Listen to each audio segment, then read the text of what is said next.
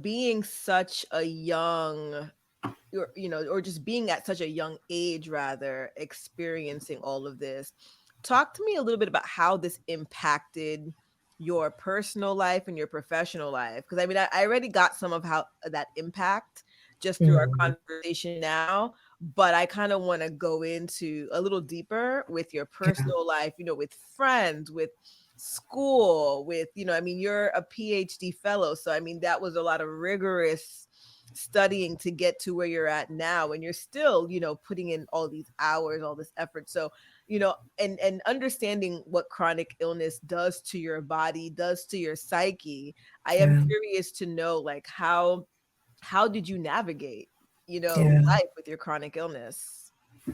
Yeah, I mean, it was really difficult. Like, even, during high school years, I was like so ambitious.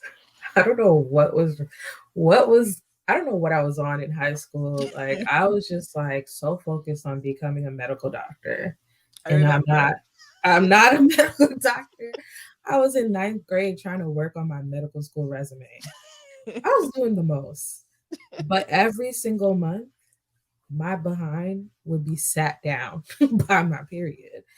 And it was like clockwork. Every month, I am extremely sick.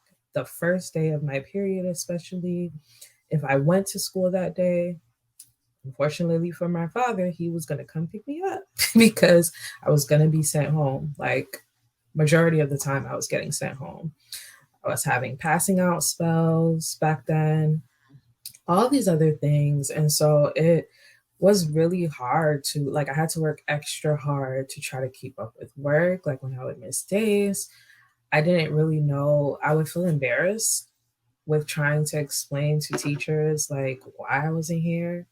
And that actually started with me, like, sort of gaslighting myself and trying to really push myself beyond my limits. And that just continued Mhm. throughout, like, most of my educational journey. College, same thing.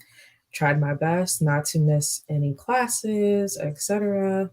I would literally buy ooh, God bless all of the people who have made, like, heat sources, like heating pads, portable heating pads. Oh my gosh, the day I found those sticky heating pads from Thermacare, I almost cried. Like, because those became like my saving grace, where I would literally be sitting in a class, in a lecture, wanting to scream because I am dying. And I would be burning my skin off because I would refuse to take off either those heating pads or my electric heating pad. I would even notice that I was burning my skin because I was in so much pain. And so I would just notice afterwards, like when I have a scar, like, oh wow, I guess I burned my stomach because I was cramping so bad or Mhm. whatever.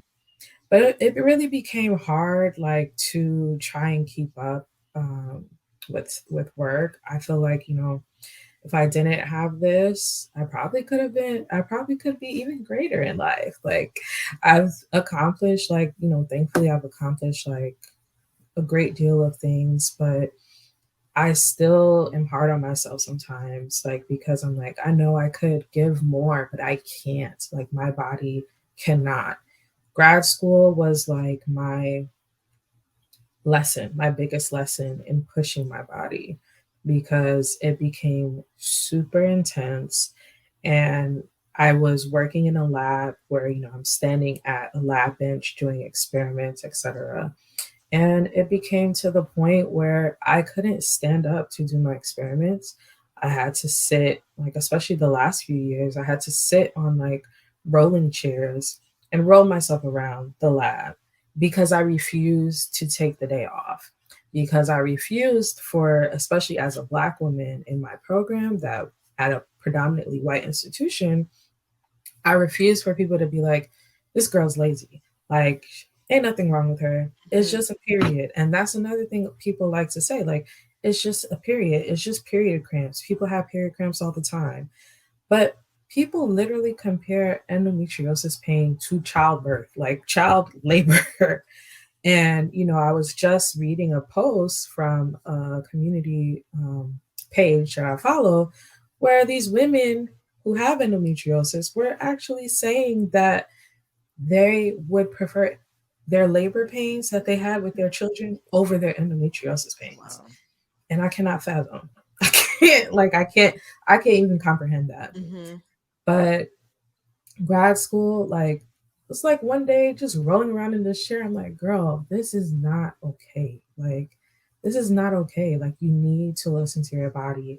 I was in a very harsh environment in grad school, but I made a promise to myself that after this experience, I will never work in an environment that isn't going to allow me to give my body grace.